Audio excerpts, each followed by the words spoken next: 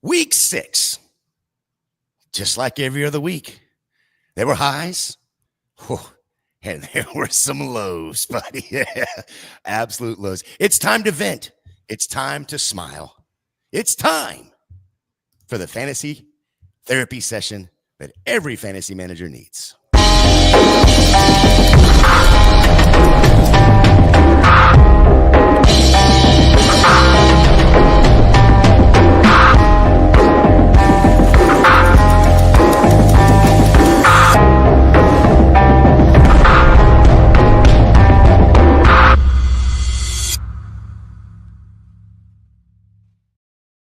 Welcome to Monday's Hangxiety. Big games yesterday.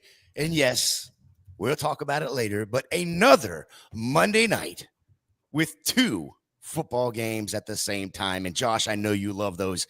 Josh Hudson, I am Gator J. We are here for your fantasy therapy session. Josh, before we get into it, give me the recap from yesterday. Oh, scores already. Woo. All right. Well, let's go all the way back to Thursday night when my Eagles got absolutely embarrassed by the New York Giants, 34-17. Then, of course, had to get up bright and early on a freaking Sunday because they're playing in London again. And that was a game nobody and their mother should have succumbed to wake up that early, especially if you lived on the West Coast, RIP Pacific Coasters. Can you imagine how the people in London are like, why the hell do we even have these games after seeing an abomination like that? That was ridiculous. But the Broncos squeak by the pathetic Jets, now 0-6 New York Jets, 13-11. Then, of course, the Sunday slate kicks off. The Chargers kick the go-ahead field goal in the final minute to beat the Dolphins, 29-27. Colts, they survived a home scare by the Jacoby Brissett-led Arizona Cardinals, 31-27.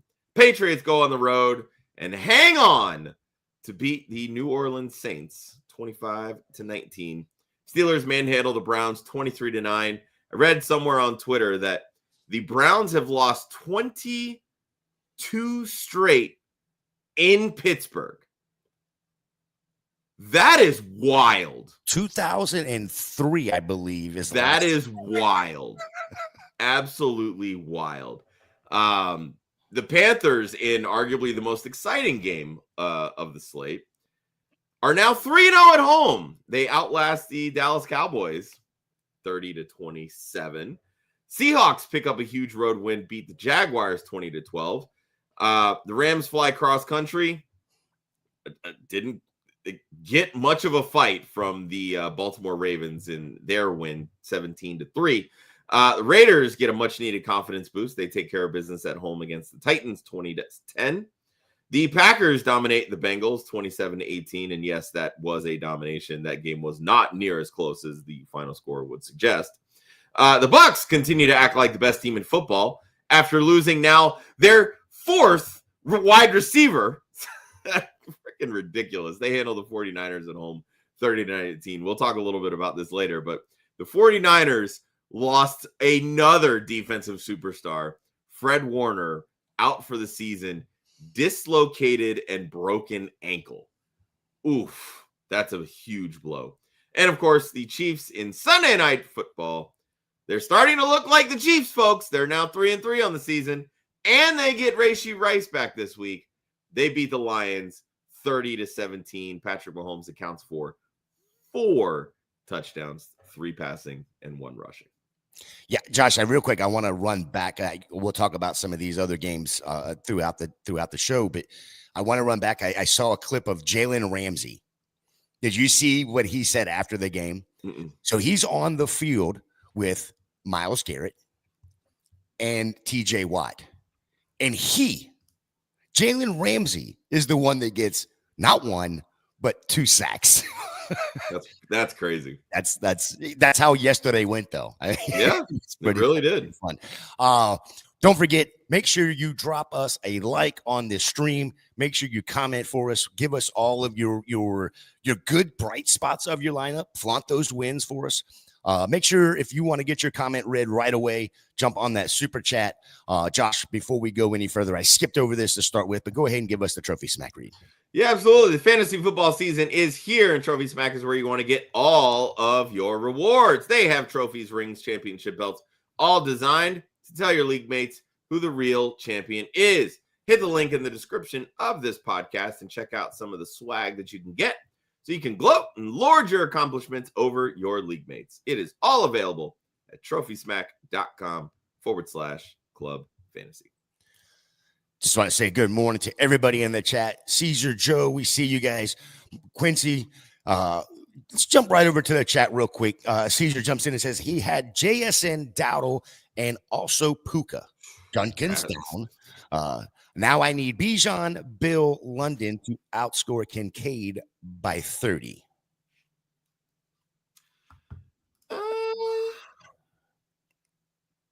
I mean, you've got the better. Yeah, that should. I mean, 3-1. You're down 30. Yeah, you should be good, Caesar. Yeah, I know we talked about this on Saturday. Kincaid does have the questionable tag, but you know, he's only put up. I was going to say that's why everybody in my leagues has been rushing to grab Dalton or Dawson Knox. That would make sense now. Okay. Yeah. So there is that. Caesar says I could also use Kyle Pitt's 40-point bomb tonight. I don't know if you're going to get 40, but I think you're going to get a decent day from Kyle Pitts. Zach over on Twitch. I know it's early in the week, but should I look at streaming another quarterback other than Bo Nix? He's been so inconsistent. Yeah, definitely hasn't looked great. I mean, at the end of the day, it really just depends on what streaming options you have available. Heading into the season, I think a lot of us thought that Bo Nix would just kind of pick up and right where he left off from last season, finish top 8 amongst quarterbacks. Doesn't really seem to be providing the rushing spark this season that he did last year, which helped elevate his game. But the Broncos offense just feels really inconsistent. And I don't know if it's really just because they have so many weapons now. Like they bring in Evan Ingram, they draft RJ Harvey, they drafted Pat Bryant. You're trying to get Cortland Sutton the football, you're running the ball with J.K. Dobbins. But oh wait, now you've got Marvin Mims, Troy Franklin's taking a step up, and there's just so many pieces that instead of just saying we're going to keep our offense as, these top 3 guys, and then we'll sprinkle in and we'll make the reads as we go. It's just like, all right, each week I got to get a new person involved. And I think it's just creating this very uneven performances week in and week out instead of, hey, you know what? Let's get back to basics and just get the ball to the guys that we know can do damage with the football. Yeah. It's unheartening for a Bo Nix lover like myself. Chase finally showed up for Zach as well. And I mean, Jamar Chase balled out last week too. So yeah, garbage time is a fantasy manager's best friend. That's right. Search a kill on a flex. I have Deebo Samuels or DeAndre Swift. Which one you starting tonight? Deebo Samuel. Here's the thing with Samuel. I know he's been banged up. I believe he also has a questionable tag on him. I'm not a DeAndre Swift fan. Like, he's going to have some games, sure, where, he gets the rock. Washington has kind of an inconsistent run defense. Some weeks they're really good. Some weeks they're not.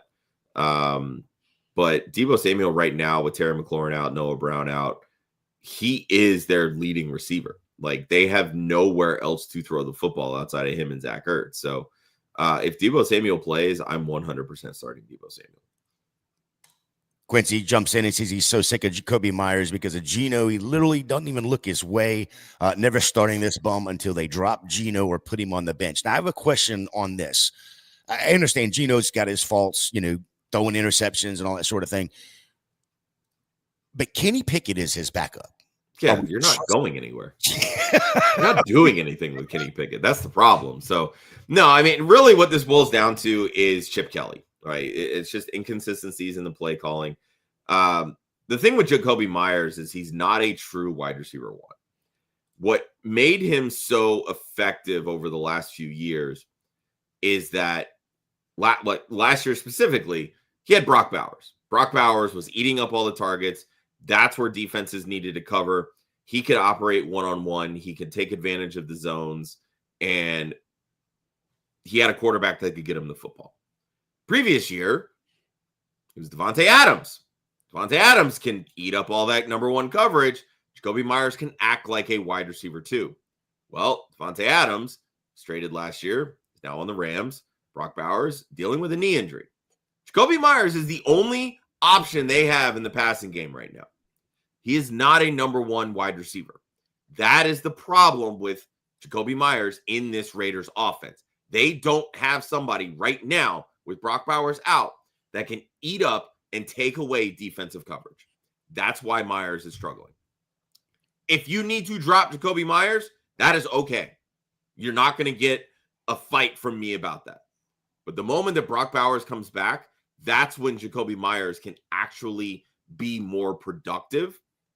But personally, I don't think he fits with what Chip Kelly wants to run on offense. That's the other side of it. And there's probably the reason why he asked for the trade to start the year. Yep. Zach jumps back in. He says, I think I can get 35 points out of James Cook to save me in my other league tonight. I mean, it's a possibility. Sure. James Cook has done it. This isn't the matchup for you. I'm going to tell you that right now. He did it the first 4 games. Yeah. He did it every game this year except last week. And, ironically, last week is the only week he didn't score a touchdown, too. Yeah, James Cook has a tough matchup this week against Atlanta. Don't let the 30-point outburst by the Carolina Panthers sway you. Atlanta Falcons have a good defense, and they limit fantasy production. Very, very fair. Joe says not much on waivers to replace Myers with that. That's facts. Trone says 5-1. Smoke. There you go, baby. Still have Jaden Daniels going tonight. Love it. Love it. Love hearing about all of the good stuff. Josh, let's talk about the man of the hour, the man that's on the thumbnail, who I'm just going to nickname him now. I know he's probably been called this before, but I'm going to do it live right now. Rico Suave. Hey, Rico Dowdle trying to tell you to buckle up, baby. Rico Dowdle put it on his former team to the tune of 30 carries and 183 yards. And to add insult to injury, because let's face it, we all love beating up on the Dallas Cowboys. But Dowdle also chipped in 4 receptions for 56 yards and a touchdown. So not only did he lead the team in rushing by a lot, he also led this team in receiving while tying the team lead in targets. Rico Dowdle has over 200 total yards in back-to-back games, giving the Panthers fans flashbacks of the good old days with CMC, baby. It's only a matter of time before Chuba Hubbard comes back from injury. But if you're Carolina, how do you keep the genie in the bottle? You don't. 400 total yards, over 400 total yards in the last 2 games. There's no way he's not your starting running back going forward for the foreseeable future. But Dowdle has absolutely earned himself some more playing time, if not the starting job outright. Hats off to Dowdle. This 2-game stretch, this is how careers are made, buddy. I 100% with you, because we were talking about this yesterday between the 3 of us. And I put this in the chat, and I'm surprised you didn't bring this up. But you brought up CMC. He's the first player since 1970 to go undrafted and have back-to-back games of 200-plus scrimming yards. That's wild. That is absolutely insane. I will also share. But I didn't bring it up, Jay, because you presented the stat. I wanted you to bring it up. Well, that's fair. That's fair. But the I'm other a team side player over here, man. The other side of this too is, this year in fantasy, he was going undrafted in a lot of leagues. Yeah. 9 games last year when he took over the starting job in Dallas. Those 9 games, he rushed for at least 72 yards in 7 of those. In 6 of those games, he had over 100 yards rushing. This isn't like a flash in the pan. He did this last year, not to that extent of 200 yards. No, I mean, he looked good last year. And that's why I think that, he had a chip on his shoulder in this game. Like, it was pretty clear. It was leading up to this game, after the game, all of it. Like, this was personal for him. It's the same way with Diggs last week going against the Bills. Like, this was personal. Dallas said, hey, thanks. We don't need you. your And then service. decided to go cheaper with Javonte Williams, which, by the way, Javonte Williams is having a great season. So, like, I'm not trying to sit here and say that Dallas made the right or wrong decision. But for a guy that went through and did what he did for you last year, while in the beginning of the year splitting time with an absolutely washed Ezekiel Elliott, for them just to say, we can do better, like, I would, if I was Dowdle, I'd take it personally too. Like, he's been fantastic in these last 2 games. And like I said, personally, I'm not a huge Chuba Hubbard fan. Chuba Hubbard had all the opportunity last year. That's why he was able to do what he did. He hasn't been anything special this year.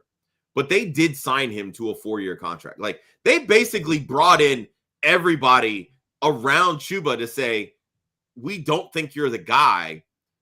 They drafted Jonathan Brooks. Obviously, we know what happened with him and the knee injury, re-injuring that, and out this season. So we won't even see Brooks until the beginning of next year, and if that. Yes. But signing him to that 4-year deal was basically just like, hey, we need a second running back anyway. Then you bring in Dowdle as we need depth. They drafted Trevor Etienne because we need depth, but Chuba hasn't been good. Now, of course, he's missed these 2 games. Seeing what Rico Dowdle can do, Chuba's probably going to go back to the backup at this point. I don't see how he can't. You asked, how do you keep the genie in the bottle? I mean, You come can't. on, how do you? I mean, This isn't okay. So their upcoming schedule, they got the Jets. You can run on. The Bills. You can also run on. They finally get Green Bay in week 9, which, okay, the first couple weeks they're was tough, yeah. flawed, but they probably can be run on a little bit if the passing game for Carolina can be somewhat sustainable to where they can play both sides, be a little bit more mixed like they have been. But I mean, you're looking at 2 teams right here, but in the next 2 games with the Jets and the Bills, that they have a chance to continue to run on. I don't see how you keep him out of the lineup. But here's the fact of the matter. The Carolina Panthers offense just looks better with him running the football. Plain and simple. Ryan talked all offseason about, look, we can't get hyped on the Panthers. Like, I know we want Bryce Young to pick up where he left off. There's so much disconnect, everything that doesn't look good, all the camp reports, blah, blah, blah. Rico Dowdle as the starting running back, this Panthers offense looks functionable. Yeah. Straight up. Like, Tetero McMillan had his 2 touchdowns, first 2 of his career. He's looked the part playing that wide receiver 1. Mm-hmm. Didn't have a fantastic game yesterday. Bryce Young didn't look great, mind you, but he did everything that he needed to do. He had 3 touchdown passes, didn't need to throw for over 200 yards because Rico Dowdle ran for 183 yards. Mm-hmm. And that's the thing is, like, they're playing complementary football.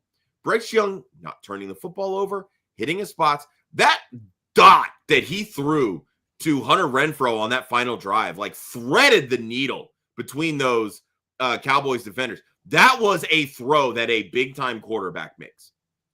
Got them in field goal range to win the game. This team just looks better with Rico Dowdle.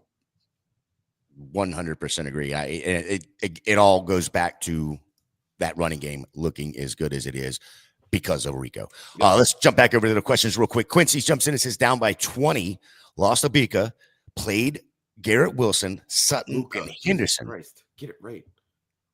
Have to play against Coleman and Pitts, and he's got Chicago's kicker, Bill and JD. 5. Does he get the win? Down by 20. I think you should be okay. Bill should very easily get 15. Daniel should get 20 plus. That's 35. So that covers 15. I don't think you're going to get much from Coleman personally. You also have Chicago's kicker. Yeah, Quincy, I think you should be good. All right. Started Ramondre, Calvin Ridley, and Egbuka. Stop combining his first and last name. It's driving me crazy. I really thought I was cooked. Do you think Rico is being overhyped? Listen, I wanted to bring this up. He's talking about the 2 trash defenses. Okay, let's look at this. The two trash defenses that he's talking about here, Miami and Dallas. Yeah. If we were overhyping Rico right now, how come nobody else has done it on those two trash defenses? That's the other side of it. And that's what I'm saying. The Panthers offense just looks better with him running the football right now. Plain and simple. I mean, look, if he goes against the good defense and only has 73 yards, okay. It probably would happen with any other running back in the NFL. So, like, your good players take advantage of the matchups that they're given, right? That's what Rico Dowdle did. Nobody else has put up 200 yards on the Dolphins. Nobody else has put up 183 on Dallas. Like, what does that tell you? You're not overhyping him. True. I had Vidal and did too much maneuvering and outsmarted myself, dropping him for the Dallas backup running back, Jaden Blue. 23 points for Vidal yesterday. Yeah, I'll tell you what. So Tuesday, obviously, we talked up Kamani Vidal. We said that, you know, he was the guy that you wanted in this Chargers backfield. That Hassan Haskins is just not the guy. And then, of course, right before kickoff, it came out Hassan Haskins was starting. So then everybody freaks out, benching Vidal, blah, blah, blah, this and that. And then Vidal comes out and does what he does. So, I mean, look, we didn't have a ton of information. I get that. But what we did know is that the Chargers are going to run the football. And they were going to give him an opportunity to run the football. But they were also going to use him in the passing game because Justin Herbert's averaging 36 pass attempts per game. With Jaden Blue, the backup running back in Dallas right now is seeing maybe a 20% snap share. Javonte Williams is absolutely dominating. So while I'm fine with rostering Jaden Blue, Vidal always should have been the priority because he was going to be handed a more prominent role. So, Trone, sorry. Yeah, you definitely outsmarted yourself on that one, buddy. George, Kendrick Bourne, is he worth keeping on the roster when Pearsall and Kittle get back? I think so. I mean, reports came out that Juwan Jennings is dealing with like 5 broken ribs or something. So it's a pain management issue when you're talking about rib injuries. And so he could be very in and out of the lineup going one week here, 1 week there. Yeah, I'm fine stashing him. I don't know that we're going to have these, continued blow up games, but especially because Mac Jones has a rapport with Kendrick Bourne. Brock Purdy doesn't. Brock Purdy has that rapport with guys like Juwan Jennings and Ricky Pearsall. So, I think he's worth keeping as a wait and see approach. But when Purdy gets back, I'm not loving the idea of, hey, I got to start Kendrick Bourne every week. Zach, I'm deflecting because I traded Dowdle. Look, I traded Rico Dowdle too, literally right before his 200-yard game. Like, I picked him up, traded him to the Chuba manager just for fab dollars in a chopped league. So, yeah, it sucks. But you know what? Who could have seen it? I get it. So, okay. I'm glad you brought that up, Zach, because I'm going to tell you what happened to me yesterday morning. Okay. I put this trade in one of my leagues, and it's a dynasty league, but I put a trade in Woody Marks straight up for Rico Dowdle. And I want to say I did that Wednesday or Thursday. It goes through at 12:58 yesterday morning. So I couldn't even put him in my fucking lineup. And I was like, bastard. Not that I was playing Woody Marks anyway, but it's like, damn, I could have used those 30 points right there. Quincy, would you stop Travis Hunter for Downs? I'm guessing drop. Yeah.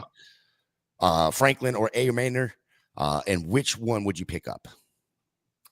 Downs had a good week this week. I'm not looking Back-to-back too much into that just because of the way that their formations line up. Like, Downs is pretty clearly the 4th offensive option right now. Not necessarily in passing game, just in total behind Warren, JT, and Pittman. Shepard's going to see a lot more run. I mean, the Bucs right now are down their top 4 wide receivers. Yes, I said that. 4 wide receivers, and they're still looking like the best team in football. Troy Franklin has a role, but it's a slot role, and it's very inconsistent. I think of these, honestly, I'm grabbing Ayamaner simply because Calvin Ridley just suffered a hamstring injury this week. They need to throw to somebody. And Ayamaner's likely going to be seeing a lot more targets. I know he hasn't really done much since the first couple of weeks with the breakout. But of all these guys, he's probably going to see the most target volume. I think I would lean Ayamaner here over Travis Hunter. Yeah, I'm with you on that. 93% snap share yesterday is the highest that he's had. I would definitely be looking into Sterling Shepard, though, too, as well. The ceiling just hasn't been there. Like, the opportunities have been, but he's not really producing much. That's the problem. No, and the other issue behind Ayamaner is, like, yesterday, for some ungodly reason, he saw 5 targets, but they were late. Cam Ward has not looked good. And, no. Truth be told, the coaching staff is just terrible. Yeah, but he's got a decent offensive line. No, he does. I agree. Mills, brah. Carolina will beat themselves. Rico just gave opposing teams something to key on, and that's all he'll be. Shut down, and that offense will go back to being trash, just like they always. Spoken like a real NFC South. I was just about to say. I love it. And we both know who the fuck to worry about.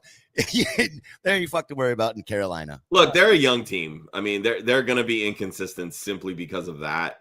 But again, Tetairoa McMillan has looked the part. Their offensive line, they invested pretty heavily in it last offseason. Took them a while. They finally started to gel, and they're looking pretty solid this season. They're giving Bryce Young time. Yes, just like any quarterback, he gets pressured, he gets a little jittery, gets some happy feet. But you know what? They're undefeated at home. And sometimes that right there can give you a little bit of confidence heading into some of those road games. But again, for any young quarterback, young offense, whatever, when you have a reliable running game, that helps your passing game so much.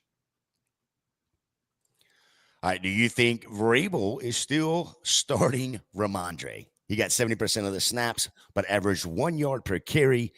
He's just there because of pass pro. Also, they're playing the Titans next week. Yeah, I mean, I tell you, the writing is on the wall with Ramondre. It's only a matter of time. The problem is we just don't know when that time is. That's the hardest part. TreVeyon Henderson had a couple of really good pass pro reps yesterday. And I know, for those that maybe don't spend a lot of time like watching tape and, scouting some of these rookies that come into the NFL, TreVeyon Henderson was one of the better pass blocking running backs coming into this draft. So it's really just a matter of time before he picks up a lot of the scheme and the different things that, these NFL defenses do as opposed to the college defenses. But I don't think that they view TreVeyon Henderson as a true 3-down workhorse. Ramondre's still going to have a role. He's probably still going to be the starter. But it's going to get to a point where instead of playing 70% of snaps, he's coming down to like 40. And then you're going to start seeing, 50% Henderson, 10% of somebody else. Again, it's only a matter of time. Like, you can't, if you're only going to average 1 yard per carry, 2 yards, 3 yards, whatever, you're not being an effective football player, plain and simple. And Ramondre is what he is at this point in his career. So maybe next week against Tennessee he gets a little bit of a boost, but yeah, I'm not excited about it. That's for sure. Yeah, it's rough up there in New England. I mean, 4-2, looking like a playoff team. Yeah, not throwing shade, but it's rough to watch that running game. Jason Lynch says, traded Rico, Marvin Harrison Jr., and Ramondre for Bucky. Did he give up too much standard scoring? I don't think it's too much. I mean, again, it really just kind of depends on what role is Rico going to have when Chuba Hubbard comes back. Obviously, we want to prognosticate that, but we can't know for certain, That said, I kind of look at this trade as Bucky for MHJ. I'm okay with that. Yep. Very, very fair. In a PPR, which wide receiver would you rather have rest of season? Calvin Ridley, Kendrick Bourne, Wan'Dale Robinson, Higgins, or Booty? Quite honestly, I mean, I want to know how serious a hamstring injury is with Ridley. But my answer would be Ridley, again, depending on how long he's likely to see missed time. I feel like I've answered this before, but I would go. I think after this week, you kind of got to flip it a little bit. But if it's PPR, I'm probably going to go Wan'Dale, Ridley, Higgins, Bourne, and Booty. Again, with Bourne, it really just, for me, it boils down to, is Brock Purdy going to have the same kind of chemistry that Mac Jones has with Bourne? Because if he doesn't, Bourne is going to fall by the wayside once Kittle comes back, once Pearsall comes back. I think he'll still have a role as kind of like that wide receiver 2 in this offense. But we've seen in years past, the second wide receiver really doesn't do much. And let's not forget, Brandon Ayuk is coming back within the next, 4 to 6 weeks also. Maybe. So, yeah, maybe. Honestly, like, who knows? This season could absolutely dovetail for the 49ers with, the pain that they're suffering on defense right now. So, I like Booty, but he's going to be really streaky. I'm chalking this one up to, hometown homecoming kind of thing. But yeah, that's kind of how I would rank him. Yeah, that game yesterday, I mean, listen, I watched every bit of it with the Bucs and the 49ers. But good Lord, just listening to the list of injuries, not for one team, but for both teams. They could have fielded a whole nother game with all the injuries between the two teams. It was insane. I'm up 14, George is, and he has JD5 and Shakir. His opponent has Bill London and JD Moore. Is he good at a half-point PPR? Up 14.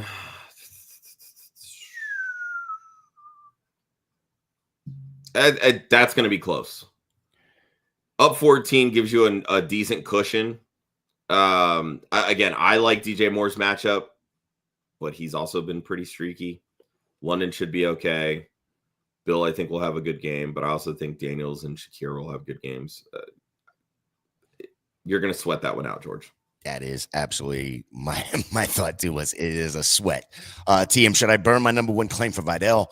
He might lose some playing time once Hampton returns.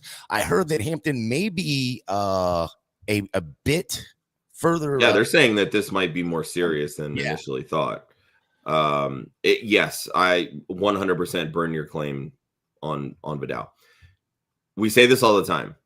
Don't let starting running backs sit on waivers in fantasy football. Right now, Kamani Vidal is exactly that. And this is a team that wants to run the football.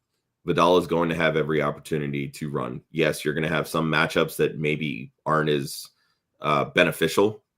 Again, we just talked about Rico Dowdle putting up 200 on Miami.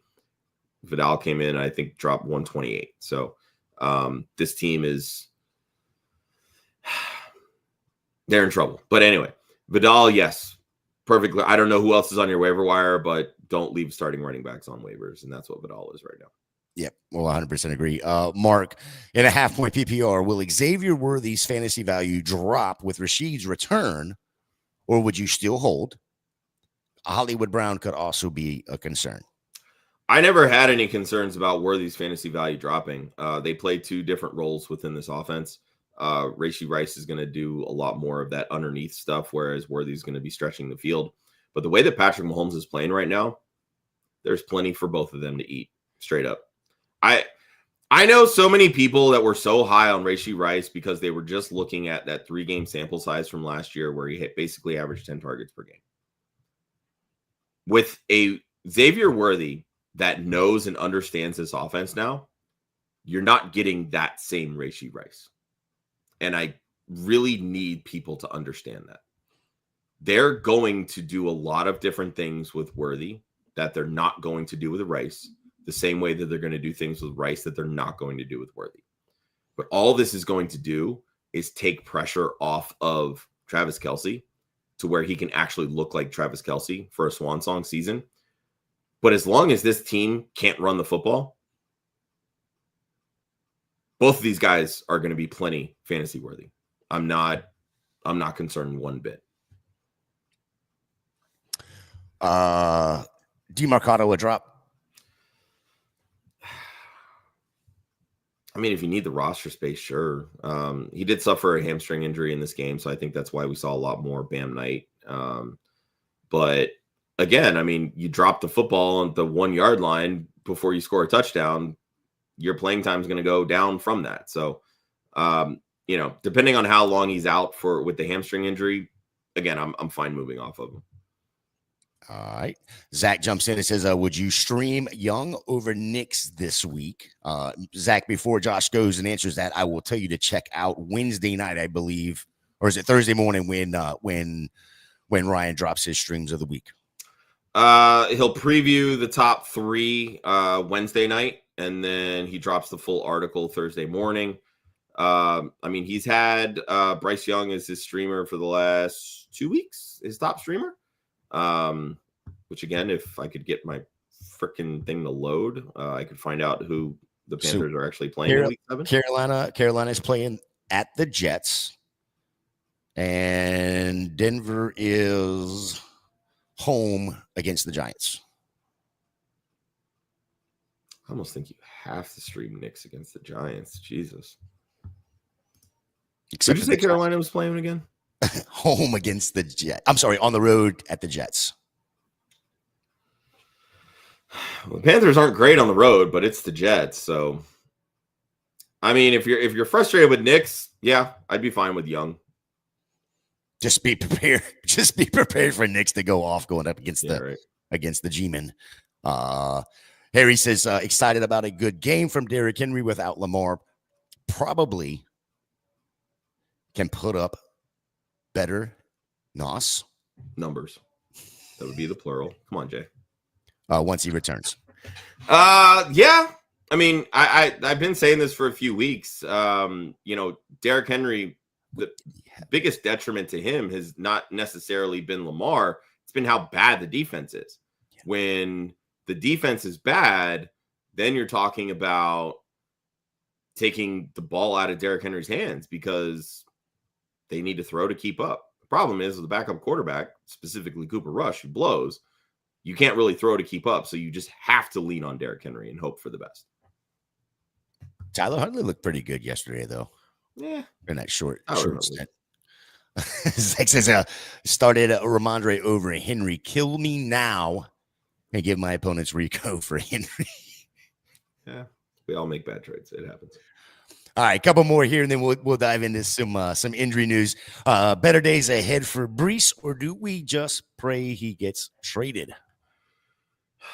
Both. If I'm being honest, I don't think he's going to get traded, but I do think better days are ahead. We're going to talk a little bit more about the Jets and specifically that offense a little bit later in the show. Let's see what we got here. George comes back and he says, also, what do you make of Bam Knight versus Michael Carter situation? I added Bam yesterday. Didn't know if he was worth rostering. I mean, they're quote starting running back. So yes, they're worth starting, or worth rostering, rephrase that. I mean, they're bad players. Let's just be real here. Like, they're very matchup dependent. The game yesterday against Colts have a good defense. So, Bam Knight's not getting a touchdown, but outside of that, they were all going to be struggling. So, Tyler wants to know if Devontae Smith is droppable. he's too talented for me to want to drop him. I would just put him on my bench and stick him there. But again, I mean, if you're so desperate to where you need consistent production, which again, I don't know if you're going to find consistent production on the waiver wire, but you know, he has ceiling games. And again, I know I'm going to sound biased as an Eagles fan. Better days are ahead. And I feel that. He said, Tyler says Shepard had more targets than Devontae Smith. And yet Devontae Smith has scored more fantasy points than Sterling Shepard. That's, you know, really what it boils down to. I mean, Sterling Shepard, and we talked about this a little earlier in the show, like he's seeing targets and he's going to see more targets now that the Bucs are down their top 4 wide receivers, but he's not really doing anything with them. Like even yesterday, the touchdowns went to the 6th and 7th guy on the depth chart at wide receiver. It wasn't Sterling Shepard. So that's kind of my issue there with Sterling Shepard. I think he's a reliable target for Baker, but Baker's not really looking at him to like make the big plays and like get in the end zone. You know what I mean? So I think his ceiling is really capped as a matter. Tristan says he's up 25, has a Dunze Daniels Prater, his opponent does, and he's got Matt Gay. It's not looking good for him. Yeah, anytime you're going against Roma Dunze, I'd be sweating.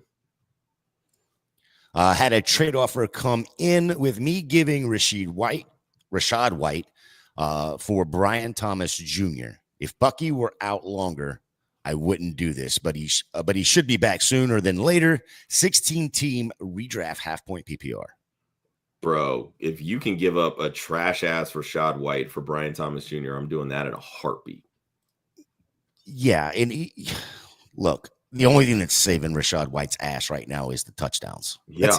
That's the only thing that's saving him. I mean, 41 and 65 yards respectively, fucking 30 yards. I mean, he's always been a talented pass catcher. Like, that's always been his role. So we knew that we were going to get that, but they're giving it to him in the red zone. Well, they have no choice right now. Yeah, that's kind of my point. So, hey, Sean Tucker got in the end zone yesterday. Yes, so. you've been. I need more Sean Tucker in my life because Rashad White sucks. But yes, if you can trade Rashad White and get Brian Thomas Jr., I don't care how deep the league is, do it. Did you see this news? This is the first time I'm seeing this, but Millie Mills is bringing up Kamara uses no trade clause and said, no, you're not going to the Chargers. No, I don't believe that Kamara actually has a no trade. It was just him saying, I want to stay in New Orleans. I don't care the situation. Okay, that's fair. Harry says, once all is healthy, Trey Benson is the RB1 to own in Arizona. I Correct. have been saying that for years now. Let's see what else we got in here right now. Where would I go to read this, guys? Okay, so you go over to clubfantasyffl.com, Zach. clubfantasyffl.com. Also, if you're in the Discord, we always drop the links to all of our content, streams, written content, etc. We always drop that in the Discord as well. Yep. Let's see.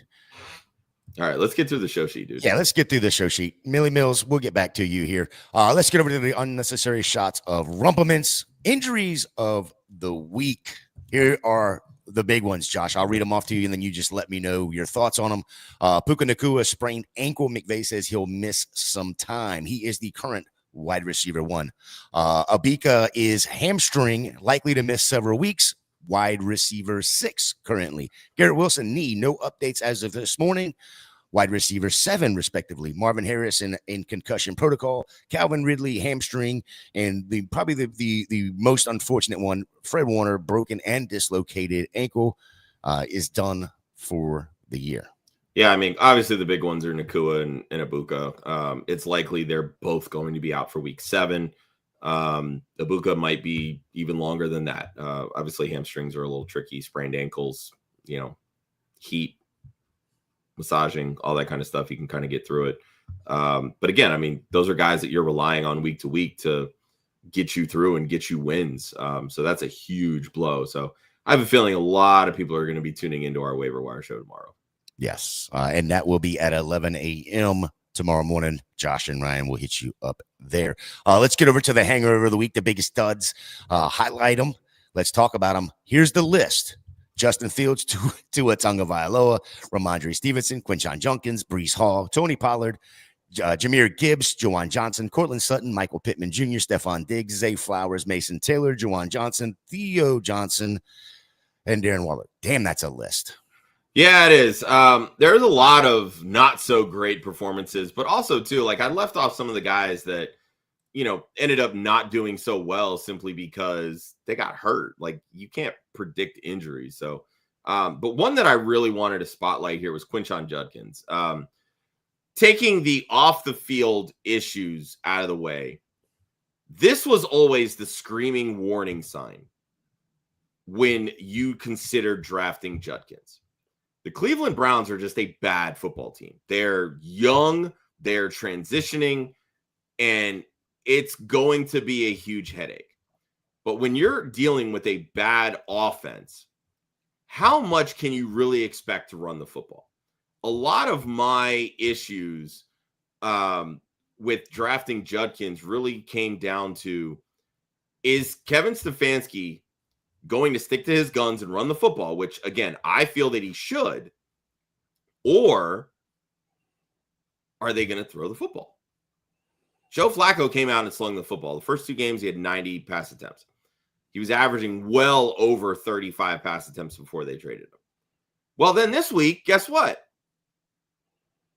Dillon Gabriel threw the ball 52 times. And Judkins only ran the ball 12, and the team itself only ran the ball 17. Judkins is now, and I think really should be considered, a very game script dependent running back. So you're looking at an RB3 with RB2 upside, given the matchups, because they're not throwing him the football. He had 1 target out of 52 attempts.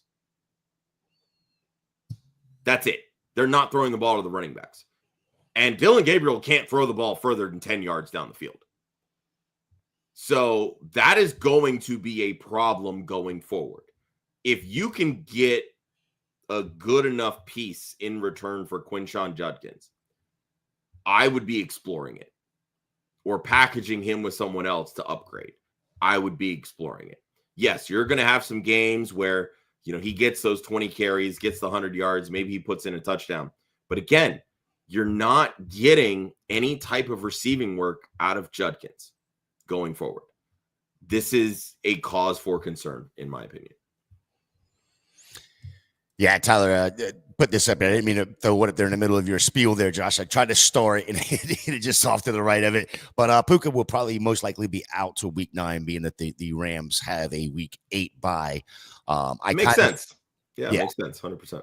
Yep. And then, of course, Zach, I'll put this up because you put it in there. Never mind, you just answered it. But Josh, your Eagles defense let him down. The Eagles defense has been letting me down. Not to say that my pain is greater than yours, but the defense in general is just leaves a lot to be desired right now. Skywalker jumps in and says, Texans GM said Mixon is making progress, should have a better idea of his availability, hold him on IR or drop him for Trey Benson. I mean, I have no interest in Joe Mixon. I'm going to be completely honest with you. I look, maybe I'm not. I personally haven't heard anything about the situation. I think it's strange that nobody really has heard much about this. The fact that we're just now getting an update on Mixon and it's week 6, heading into week 7. Yeah, I don't know. I've been out on Mixon even before heading into this season, and now we're dealing with this injury. I'm not. And Nick Chubb hasn't looked horrible. Tristan needs CD and Bucky to get healthy. QJ, CD, and Bucky to get healthy. I think we all do. Yeah, we all do. To be quite honest. Joe says load up on Tutus. You gotta remember, he was out with a hamstring this past week as well. So are you loading up on Tutu Atwell? Well, I mean, if Puka Nacua is out, it's the next man up, right? Like you're getting. Well, here's the thing. Tutu Atwell is going to be more involved, but anytime Puka Nacua misses time, the wide receiver that ultimately ends up taking his role is actually Jordan Whittington. Jordan Whittington is the guy that you probably want to go and grab because he's going to see a lot more targets. Tutu Atwell has a defined role. He gets deep, stretches the field. Your main target now is going to be Davante Adams, but Jordan Whittington is going to have a much more prominent role. I've liked Whittington. I just don't know why they don't get in the ball. I don't, because you have Puka Nacua and Davante Adams. Well, okay, fine. And then Cooper Kupp beforehand. Okay, whatever. George wants to know, would you rather have Chase Brown or Judkins rest of the season? I think it's pretty easy. I still would rather have Chase Brown. Okay. He's more involved in the passing game. All right, that's fair. That's fair. Tyler, I put it up there. I didn't want you to think. I thank you very much for the super chat. So I'll throw it back up there to say thank you. Hopefully that helps. Next week's games the Rams are in London next week. Are they? Yeah, they play the Jaguars next week in London. Oh boy. All right. Josh Kamara actually does have a no trade clause, so he probably exercised it against the Chargers. Interesting. Okay. And of course, Joe comes in and says, or Whittington. Absolutely. Guys, don't forget, hit that like, hit that subscribe for us. If you're not over in the Discord, make sure you jump over in the Discord. Join us over there. I'll drop the link again here in the chat. I've dropped it a couple times, but go ahead and hop in if you're not already over there with us. We love chatting over there. Make sure you at Ryan and at Josh if you want them to answer any questions, because they are busy people. Josh, one more time, let's talk about Trophy Smack. Head over to trophysmack.com/Club Fantasy. Get all your championship gear. Plain and simple. Keep it easy. Link in the description of the podcast. It'll take you right there. All right, Josh. We've brought up the bad news. We brought up the good news of Rico Dowdle. We've talked about some injuries, but let's talk about the shot of espresso. What got the juices flowing for us yesterday?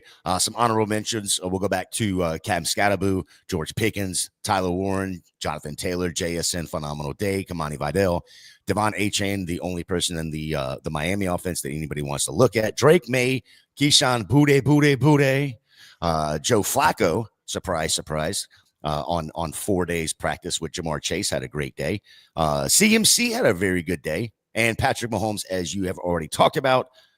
Well, let's talk about your guy. Little Lad McConkey. Welcome back, brother. It took a back seat to QJ and the reacquired Keenan Allen over the first 5 weeks. But QJ being out and Keenan Allen looking like an old guy is really starting to show us, like, hey, I'm not dead yet. There's a reason you drafted me as a top 15 wide receiver. Led the team with 9 targets, had 7 for 100 and a touchdown this week. Biggest thing that I'm looking at here and why I wanted to bring him up specifically in this section is, again, he was basically playing third fiddle to QJ and Keenan Allen. Keenan Allen this week was third on the team with 7 targets with QJ out. 4 catches for 27 yards. He is looking old and slow now. So yes, while he's reliable in the sense that, if Justin Herbert needs him, he's there, you're starting to see the wear on that 32, 33-year-old body. McConkey, second year, QJ, third year. QJ's looking the part. We know what Lad McConkey can do. I think this is the turning point that gets McConkey back into the fantasy manager's good graces. This is where we start to see that top 15, top 20 production on a week-to-week basis. Justin Herbert's averaging 36 pass attempts per game. That 1-2 punch of QJ and McConkey looked really good last year, and I think it's looking even better this year once QJ comes back healthy. Hopefully that's as early as next week. But if you bought low on Lad McConkey, or if you have Lad McConkey, your patience is paying off. I think it's wheels up from here on out for Lad McConkey. I like it. All right, I'm going to be a homer. You can call me a homer all you want to. But the quarterback right here, Baker Mayfield, MVP candidate Baker Mayfield. Listen, through 6 weeks, the numbers don't lie. 12 touchdowns, 1 interception, multiple scores in every single game except for the Jet game, which was a fluke, in my opinion. But, he's behind a banged-up offensive line. Receivers are dropping like flies. Like Josh has already said, top 4 receivers are down. He's finding guys to make plays with guys like Tez Johnson and Cameron Johnson, the 6th and 7th wide receivers on the roster, making their first career touchdowns. So this guy, some people get offended by the way some of these guys act on the field. But last night, Chris Collinsworth really fucking pissed me off when Patrick Mahomes made that run and, got banged around a good little bit in that run. But he had the audacity to sit there and go, what other quarterback is doing this in this league? And his name is Baker fucking Mayfield. He does it every damn weekend, it seems like. 3rd and 14. He's all but sacked, getting spun around. Oh, that was a beautiful run. And he makes that 14-yard scramble. The very next play, he throws a 45-yard bomb to Tez. It was great. Now, listen, he's a dog. He's a dog, and he is he's my MVP candidate right now. So if you're not watching the same games I'm watching, then you are absolutely not watching correct football. But after the game, and I brought this up to a friend of mine earlier this morning, Tez makes that catch, and he does the backflip. Then he hears them chanting MVP, MVP, and he literally thought they were talking about him. He goes to Sterling Shepard. This is his exact quote. He said, when I scored, I heard him the MVP chants, and I'm thinking, like, I've done nothing. So I went over to Sterling Shepard, and I was like, why are they chanting MVP? And he says, yeah. He said, but I haven't done anything. He goes, they're not talking about you. They're talking about Baker. And he was like, oh, well, that explains it.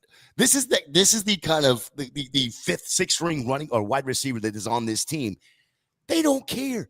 They're having fun. And then they go and talk shit about themselves, thinking that somebody's saying MVP in the locker room afterwards.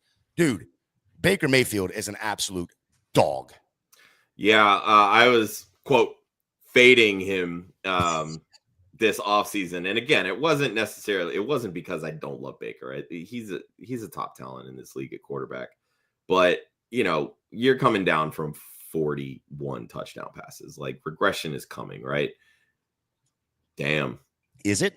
I mean, he's QB2 on the season. Like, fuck. I mean, granted, we've had some injuries. Obviously, Lamar's missed some time.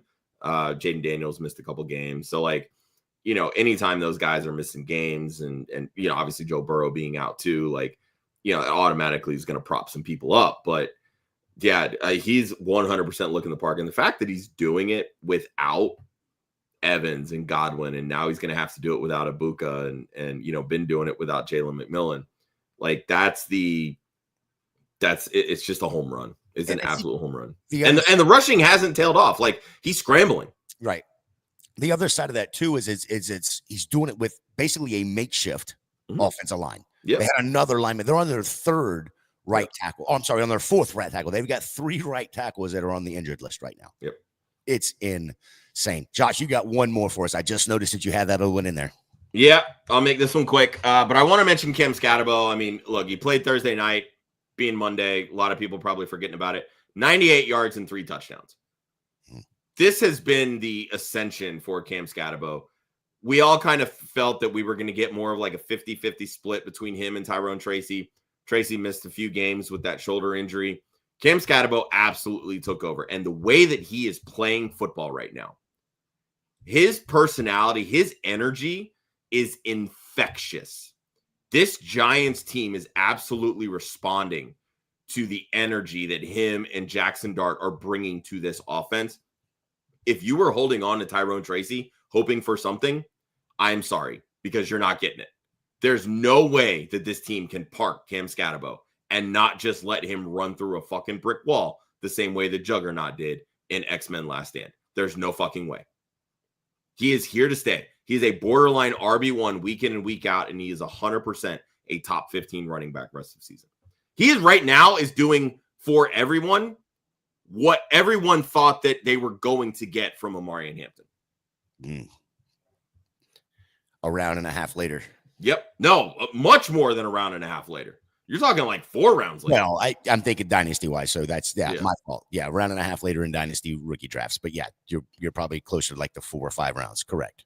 Run through a couple of quick chats that we got in here. Millie Mills is starting to look like the Rams need to limit the use of Puka. Dude is always hurt. Remember, he had that scare in week 1 with the busted eye. It was funny. I was joking with Chris Molina, one of our writers, who's a big Rams fan, and we both, like, right when Puka went down, I texted him. I was like, well, here goes the annual Puka Nacua misses time injury. He goes annual, like it was just last year. He literally played all 17 his rookie season. Yes, does get a little banged up. He missed a lot of time in college as well with some injuries. Again, I'm not making too much of it. It's an ankle. Hopefully it's only 1 to 2 weeks. Last year was a much bigger stretch.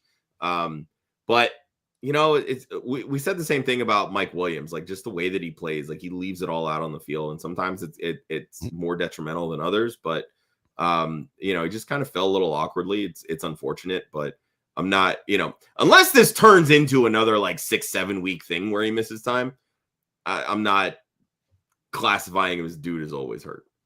I'll do it jokingly, but I'm not going to do it publicly. Yeah. Skywalker says, how good is May looked? Top 6-7 quarterback. And would you take him over Caleb Williams? If we're talking fantasy football, yes. Biggest reason is I think it feels like he gets more in terms of the designed runs. Caleb is doing a lot more with the scrambles. He's a one-man show for the Patriots right now. They don't really have any definitive weapons. Yeah, I was all in on Diggs this week, and what a dud. But you know what? Kayshon Boutte stepped up. Like it's just one thing after another. Like it's a different guy each week, which is great.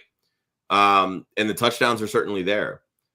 But I tell you, it's really hard to look over Caleb Williams when you see that he's got Rome Odunze, he's got DJ Moore, he's got competent tight ends, and he's got an offensive coordinator that is not afraid to throw the football.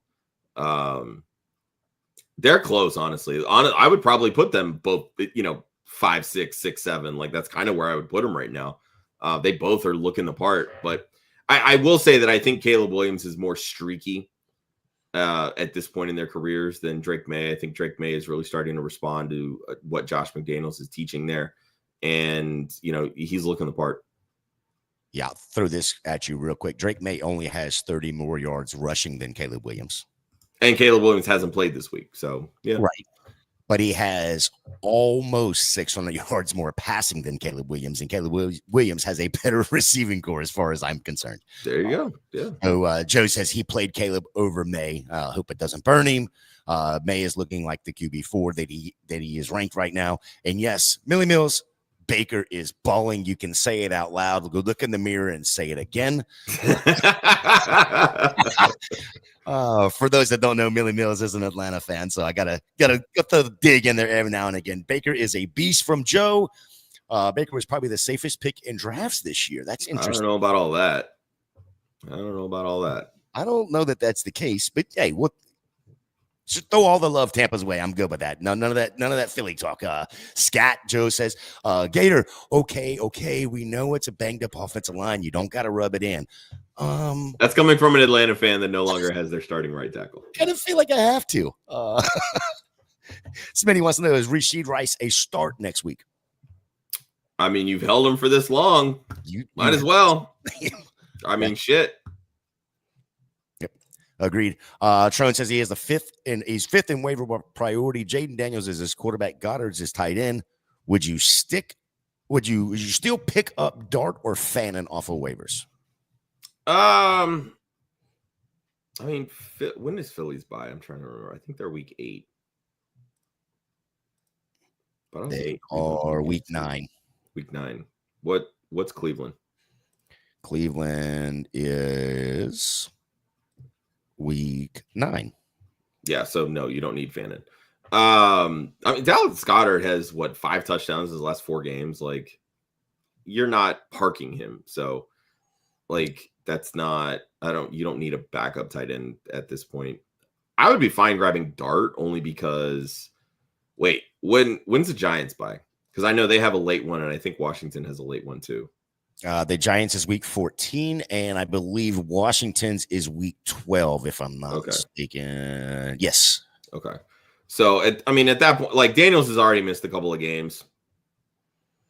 It wouldn't hurt to have a backup. I would prioritize Dart over Fannin. Mostly, but I also I don't love rostering backups like at quarterback or tight end. I can usually just grab them off waivers, but if I'm prioritizing one of those, it's Dart. Joe says he took RBs and wide receivers early in a lot of drafts and got Baker late, and that's what he's meaning by safe. That's fair. Okay. Bam Knight looked okay yesterday, but the Cardinals offense moved better with Brissett. Yeah, it's crazy. Brissett has actually spent a lot of time in this system. He was with Petzing when they were both in Cleveland. It's crazy how much better Brissett runs this offense than Kyler Murray. Absolutely wild to me. Absolutely wild. Yeah, it very, very much so, because we were talking about that in the Discord even up before the games. That didn't want to touch anything in that offense, but yeah, whatever. That worked out really well for none of us. Panic or chill out, chill the fuck out. All right, Josh, I'm gonna give you a couple guys here, one at each position. Are we panicking or are we chilling the fuck out? Justin Fields, quarterback, 11 in points per game, QB 27 with 4.9 fantasy points yesterday. Second lowest scoring quarterback in fantasy this week, only behind Cooper Rush, 1.1. Negative 1.1. Oh, that is a negative. Oof. Mm-hmm. Yeah. Oof. It's not great in Baltimore. Yeah, right. I so want to say panic. I really do. I really want to say panic, simply because I don't think that Justin Fields is a quality starting quarterback in the NFL. And I have been of the mindset that if he continues to struggle, like we saw this past week against Denver, he will eventually get benched. But I'm going to say chill the fuck out, because it was Denver and they have a really good defense. And more often than not, garbage time bails Justin Fields out. He's got that Tim Tebow effect. When fourth quarter rolls around, he's got it going. This was a game in London, overseas, massive time difference. I don't usually put too much stock in these types of games if there's bad performances. When Fields is on, he's a top 5 quarterback in fantasy. Like that's just fact at this point. So I'm going to say chill the fuck out. But it's a not very confident chill the fuck out. I'll just say that. Because again, I'm not a Fields fan. I've never been a Fields fan. I think the NFL, I know they start in like week 4 with these London games, but I think they need to start giving the bye weeks the week before these teams go overseas. Well, the idea is to give them the bye week after. Sure, but it doesn't help them get in there. Well, I'll disagree. Let's move over to the running back position. Let's talk about Kenneth Walker, running back, 30 points per game, tied for running back 35 with 4.7 fantasy points yesterday. Had 2 less touches than his teammate Zach Charbonnet. Last week, he only had 1 more touch than Charbonnet. On the season, Walker has 22 more touches and 1 more game played. Panic? Chill the fuck out. Yeah, this is one I'm panicking on, especially because my pre-draft or preseason take on Kenneth Walker was he's going to be a top 12 running back. They are splitting so much between these two, and I just don't understand it. I really don't. When Kenneth Walker, first off, 4.7 yards per carry, Kenneth Walker's averaging, and 18 more carries than Zach Charbonnet. Zach Charbonnet is averaging like 3-something yards per carry. Like there is zero efficiency with Charbonnet at all right now. Lately, he's been the touchdown scorer. When they get into the red zone, like that's who's scoring or they're giving the opportunities to. Both of them have 3 touchdowns on the year. They're not throwing to Kenneth Walker as much as I thought they would, which is a little disturbing. But again, I mean, it's the splits right now. When these two are on the field, they're basically a 50-50 split. And I don't know how you can feel confident starting Kenneth Walker, especially with where you drafted him. Is he a better player than Zach Charbonnet? 100%. But you know what? Travion Henderson's a better player than Ramondre Stevenson, but the Patriots just keep giving him the fucking football. That's what Clint Kubiak and the Seahawks are doing right now with Zach Charbonnet. They keep giving him the football, even though he's not performing near as well as Kenneth Walker. I don't take much stock into yesterday because the Jaguars have a really good defense. Both Charbonnet and Walker were well under 4 yards per carry. But on the season, Kenneth Walker is absolutely balling when given the opportunity, and Zach Charbonnet is not. So we have to react accordingly. And yes, I am panicking on Kenneth Walker because I thought he was going to see well above the usage of Zach Charbonnet, and that has not been the case. Yep. Breaking news: Zadarius Smith just announced his retirement from the Eagles. Wow! Now we're down another pass rusher. Let's talk about the wide receiver here. Zay Flowers, wide receiver 22 in points per game. Wide receiver 35 with 8.6 points yesterday. 118 yards over his last 2 games without Lamar, but hasn't scored a TD since week 1.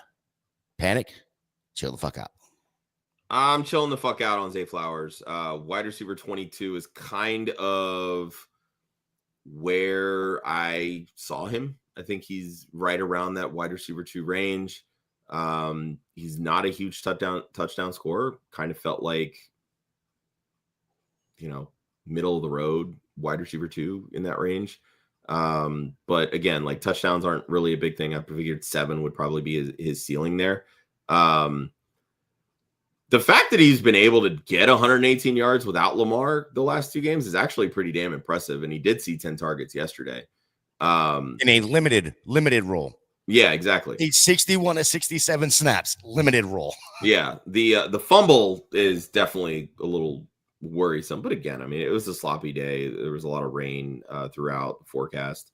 I'm not really panicking. I think when Lamar comes back, they're going to have to throw the football a lot more because his defense is so bad. So Zay Flowers is somebody that I would be trying to buy low on, in all honesty. Agreed. Last one here. Tight end Juwan Johnson, tight end 17 in points per game, tight end 47 with 1.4 points yesterday.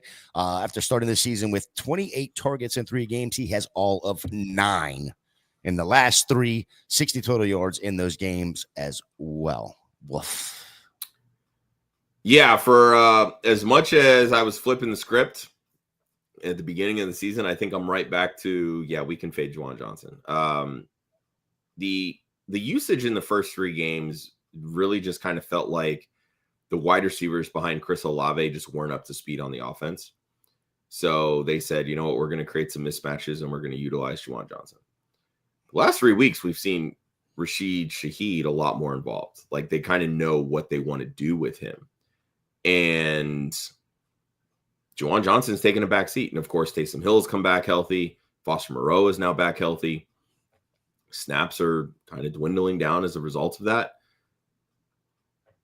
Yeah. I mean, look, this offense is struggling. They need playmakers. Juwan Johnson was making plays for him earlier in the season, but they've suddenly said, we don't need those plays. So I think now Juwan Johnson is just kind of being relegated back to he's a streaming tight end, matchup dependent. But again, this was a really good matchup for him. The Patriots are terrible at covering tight ends. Terrible. And 1.5 fantasy points. That's it. So yeah, if you were holding on to Juwan Johnson, I think you can outright drop him at this point. All right, Millie Mills found him a buddy in the chat to chat with about the football game tonight. But let's talk about Millie Mills real quick. We'll get a couple of these in right quick, and then we'll move over to tonight's games. It looked like Chase Brown's floor went up a bit with Joe at quarterback. It wouldn't be there. I drafted him, though I might just keep him now. Yeah, I mean, look, Chase Brown is just he's an RB2 in fantasy right now. That's really what it is. It's a low end RB2. It's going to see his 10 plus carries. He'll see a couple targets. Maybe he scores a touchdown. that's basically what you're looking at with Chase Brown. This offense has always been throw first, run second.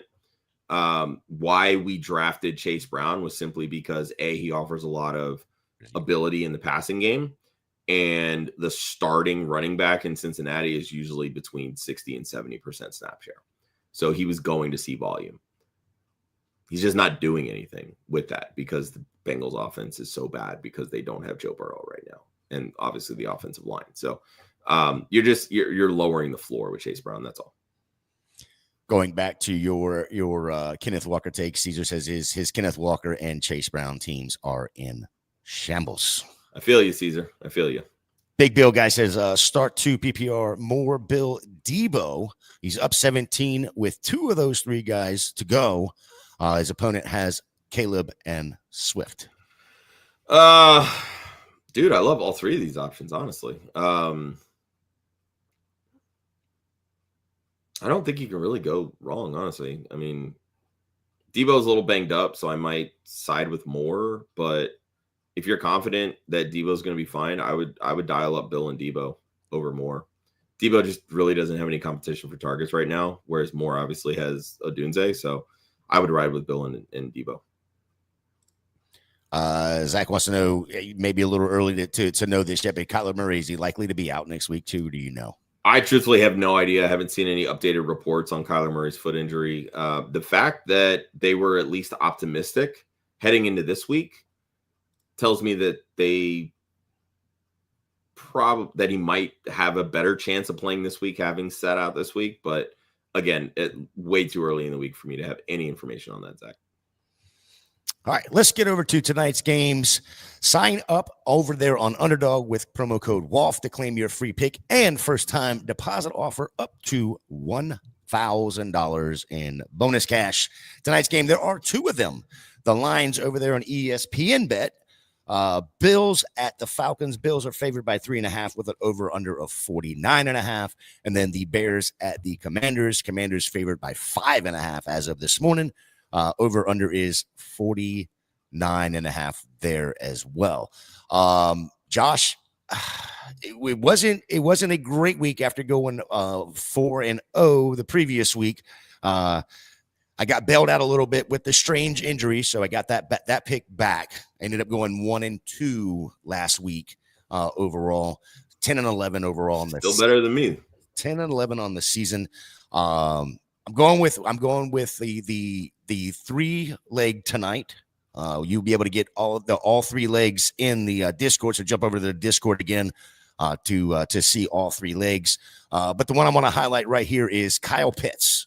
Kyle Pitts higher than 3.5 receptions, 4 straight games this season with at least 4 receptions. He's averaging 6 targets and 5 receptions per game. Atlanta's averaging 31.25 pass attempts per game, coming off of their bye week, getting that extra week of rest, getting prepped for a solid Bills defense. Give me Kyle Pitts smashing this 3.5 receptions. Yeah, and also with Darnell Mooney out this week as well, I think that definitely bumps Kyle Pitts' reception line, in my opinion. Excellent. Do you have a favorite prop pair? I do not. Yeah, it was late night. Yeah. I didn't get a chance to look at anything. Understood. Yeah, make sure you check out the Discord for the other 3. I'll drop those in there as soon as we get off of the stream here. But I do like a lot of receiving tonight for me. I'll give you that quick hint. Make sure you like, subscribe. Make sure you jump over to the Discord.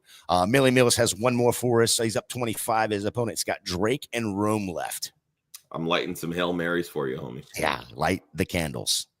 All right, catch Josh and Ryan tomorrow for Wiretapped 11 a.m. Giving you all of the waiver talks and waiver ads that you need for week 7.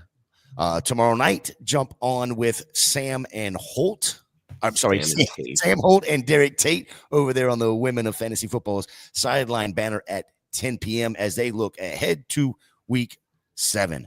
Josh, anything to add? Say goodnight. Yeah, that'll do it. For any and all info, head over to clubfantasyffl.com over on the website for all the articles and updates. And then, of course, follow us across the socials at Club Fantasy FFL.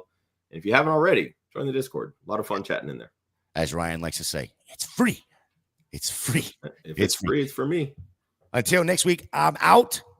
See you, Josh and Ryan, tomorrow, 11 a.m. Wiretapped.